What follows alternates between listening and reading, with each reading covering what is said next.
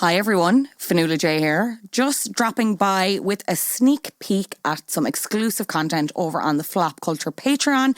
That's patreon.com/flopculture, where you will get an extra, at least 2 bonus episodes a month on all things flops, sometimes bops, and everything in between.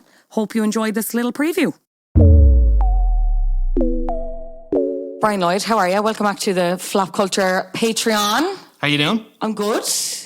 Good. I'm scared.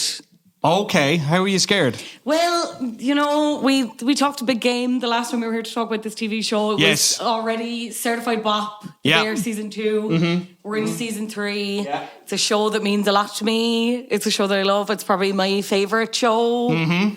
Probably tying with Succession. Yeah. Season 3. Right. I don't know, girls. Okay. Where do we want to go with this? Okay, well, what were your thoughts and feelings going into this? Where did you think it was going to go? What were your hopes and dreams for it? Okay, my hopes and dreams were that... it's not that they wrote themselves into a corner necessarily, right?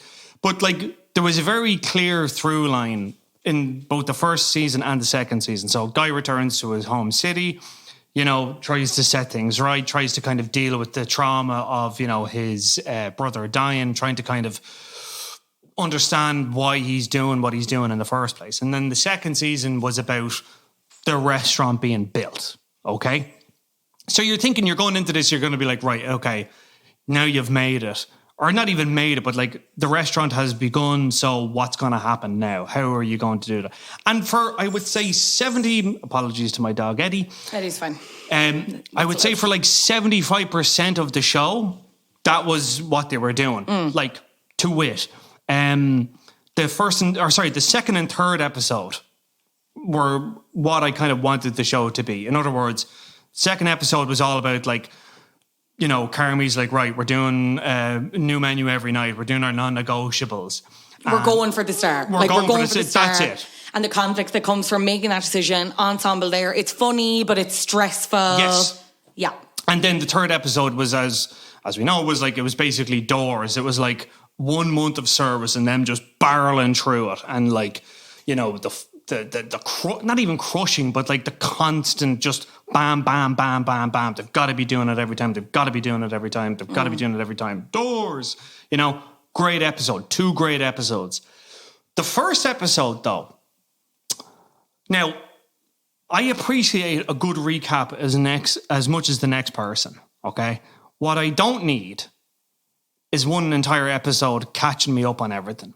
Now, I understand it in the sense of we're trying to talk about Carmi's relationship to cooking and the idea of, you know, he's gone through different chefs. Like when he was with Chef Terry, Olivia Colman, you know, it's very quiet and it's very like, you know, quieter and cleaner and yeah, you know, but she is still like, do it again. Like it is. Yeah, no, there's still perfection. Yeah. Like, yes, but like, I'd like you to do it again and do it better, but I'm going to do it and ask you in the most calmest way I possibly can because that provides you with a space to learn and grow and da-da-da-da-da.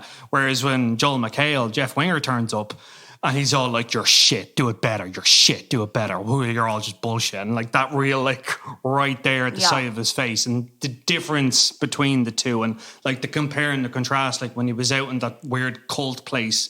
I know it's the French Laundry and like, you know, they're all sitting around making their thing and it's just, did it not feel like a cult to you? Yeah. Yeah, good. Okay, so that's not just weird. It was weird. It was weird. I was like, what the fuck is this? But again, it's that idea of like food is a community and everything binds together and they keep saying like, you know, what grows together goes together and all that kind of stuff. But then there were other episodes where it was just like, what are we doing here? The first episode, I understand its function as like a throat clearing. Yes, and like a palate cleanser. It's obscenely beautiful. Yes. It's like obscenely beautiful. This scene where Carmi rings Richie and it's like you think he's ringing Claire but he's not and Richie's in the car like that knife to the heart. It was too long. Yeah. It was too long for what like, and I think not to be, I'm a big dumb idiot viewer, but the mixing of timelines. Unnecessary.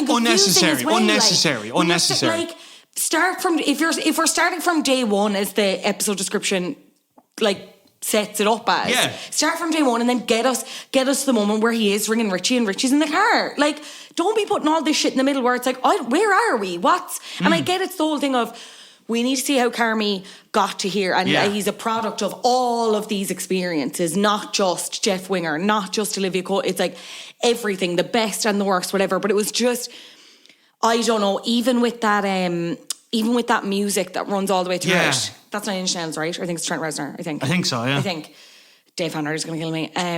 Shout out to Noah Encore. Shout out to Noah Encore.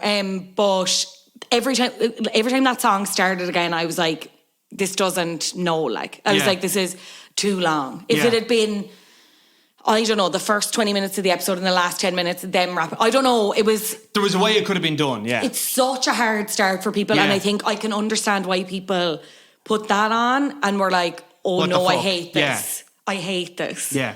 Immediately it disappeared up its own hole. Yeah. Like, immediately. And again, I love the fact that, like, they kind of set the tone when you, like, when Jeff Winger comes in, he goes, no, there's too much, subtract. And you're like, oh, so this is the episode. So it's like, there's going to be less dialogue. It's more of a montage. It's more sort of like, just we're getting the vibe, we're getting the idea of like a collage of stuff like that. And like, I've always enjoyed this, like, when you see, like, there was that episode in the second season when Sydney goes around to all the different restaurants, and you can see her tasting all the food, and then it kind of has these like little flashes of her putting the menu together in her head, and you know that kind of way. Like, you're seeing inspiration spark in someone, and in this you're kind of seeing a confluence of influences come together to form a person, and then, you know, the good and the bad.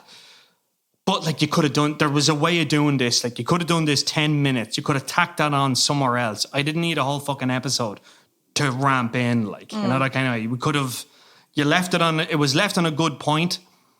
I wanted to see what happened next. Yeah. And then, of course, when we finally saw what happened next, it was like, oh, he's just not even dealing with this. And again, that's the point, because he just doesn't deal with his shit properly. Yeah. Like, he can't deal with it. He just has to keep going and stuff.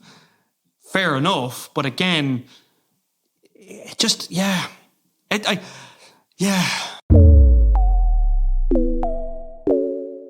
Did you like what you hear? I hope you did. If you did, you can listen to the episode in full at patreon.com/flapculture.